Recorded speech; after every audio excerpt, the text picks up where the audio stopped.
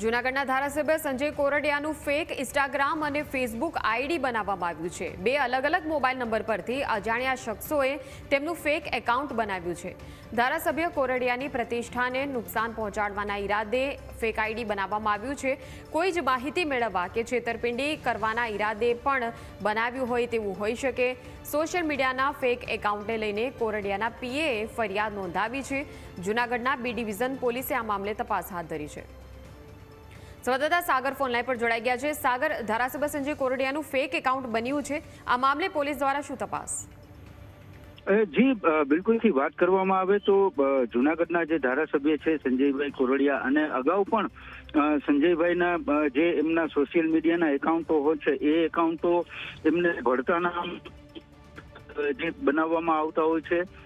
અગાઉ પણ આવી ઘટનાઓ બનવા પામી હતી અને થોડા સમય પહેલા પણ એમને એક ધમકી પણ આપવામાં આવી હતી અને તેના પણ આરોપી ઝડપાયા હતા અને હવે ફરી તેમનું ઇન્સ્ટાગ્રામ અને ફેસબુક ઉપર એમને ભળતા નામ સાથે અને એમના ફોટાના દુરુપયોગ કરીને જે આઈડી બનાવવામાં આવ્યા છે તેને લઈને તેમના અંગત મદદનીશ દ્વારા ફરિયાદ છે એ દાખલ કરવામાં આવી છે।